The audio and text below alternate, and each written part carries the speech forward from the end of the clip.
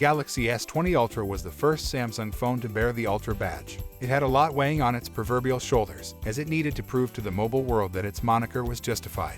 And justified it was, partly because of its bonkers space zoom camera. Nevertheless, it's been almost 3 years since the Galaxy S20 Ultra debuted, and a new Ultra flagship is on the way, the Galaxy S23 Ultra. The question now is whether Galaxy S20 Ultra users have any reasons to upgrade to the Galaxy S23 Ultra. We'd say yes, there are plenty of reasons, especially if they can get a good discount on the new flagship via trade-in. Based on leaked specifications, the upcoming Galaxy S23 Ultra is superior in many ways, from hardware and software to features and build quality. Let's have a closer look at what S20 Ultra users would gain by switching to the newer flagship phone. Before we start, please subscribe to my YouTube channel and press the bell icon to watch more videos like this. A brighter, better Super AMOLED display.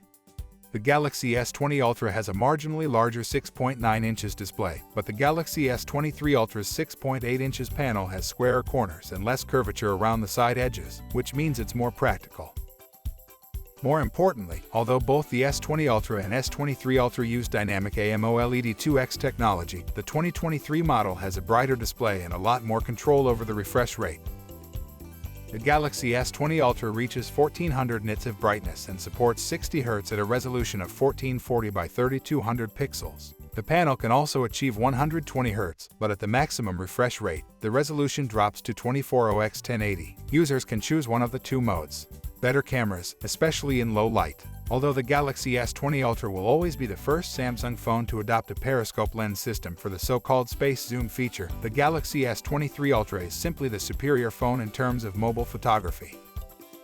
The 2023 flagship comes with a 200MP primary camera, a 12MP ultra-wide sensor, and two 10MP telephoto cameras, one of which can achieve 10x optical zoom.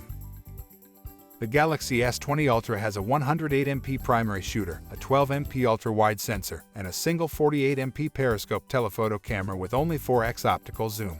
The telephoto camera does have a higher pixel count on the Galaxy S20 Ultra, but a higher resolution won't help it against the much more advanced dual telephoto camera system used by the Galaxy S23 Ultra. The Galaxy S23 Ultra camera system offers better zoom and quality, even next to Galaxy S22 Ultra, and it's an entirely different beast in low light conditions. Samsung's 2023 flagship has a 12MP selfie camera versus the S20 Ultra's 40MP, but chances are that the newer, lower resolution sensor will do better justice to your selfie photos for social media. This is to be determined. Better connectivity features, including UWB. Since it is a newer phone, the Galaxy S23 Ultra has better connectivity features, such as Wi-Fi 6E tri-band rather than Wi-Fi 6 dual-band and Bluetooth 5.3 connectivity instead of Bluetooth 5.0. In addition, the Galaxy S23 Ultra boasts UWB connectivity, which means it's much easier to find your phone via SmartThings Find in case you lose it. And you can use the 2023 smartphone as a digital car key, Snapdragon chipset, no matter where you are in the world.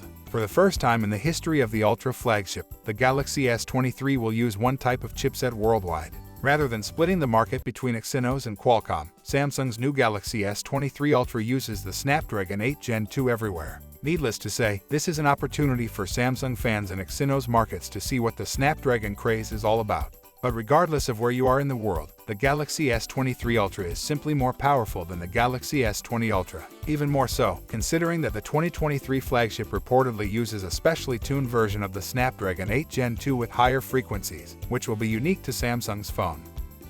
To top it all off, the Galaxy S23 Ultra may use faster UFS 4.0 storage instead of UFS 3.0. This detail is to be determined. S Pen support. After the Galaxy S20 Ultra was introduced in 2020, the flagship series experienced some changes, the most important of which was the addition of S Pen support.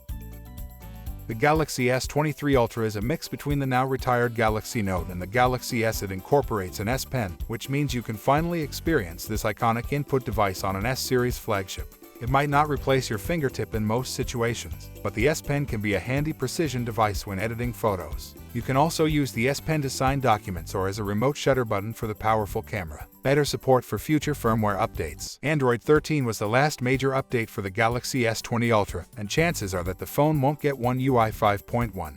The Galaxy S23 Ultra ships with One UI 5.1, and what's more, the phone is eligible for Samsung's upgraded 4-year firmware update policy. It will eventually run Android 17, or whatever the OS will be called 4 years down the line. A modern design and improved build quality. Last but not least, the Galaxy S23 Ultra adopts a more modern design. But more importantly, the Galaxy S23 Ultra uses better materials than the Galaxy S20 Ultra, including a stronger aluminum frame and the latest Gorilla Glass Victus 2 protection, which offers better resilience against scratches and drops. Both phones are IP68 certified for dust and water resistance, but the Galaxy S23 Ultra's shape, combined with better materials, makes it a much more suitable phone to use without a protective case. So far, upgrading from the Galaxy S20 Ultra to the Galaxy S23 Ultra seems to be a no-brainer. But let's give the 2020 flagship the benefit of the doubt and ask whether or not you're giving up on some features if you upgrade to the 2023 flagship. And to be fair, you will give up on two main features. One is the FM radio, which was market-dependent and exclusive to the Snapdragon version in the first place. The other is the microSD card slot.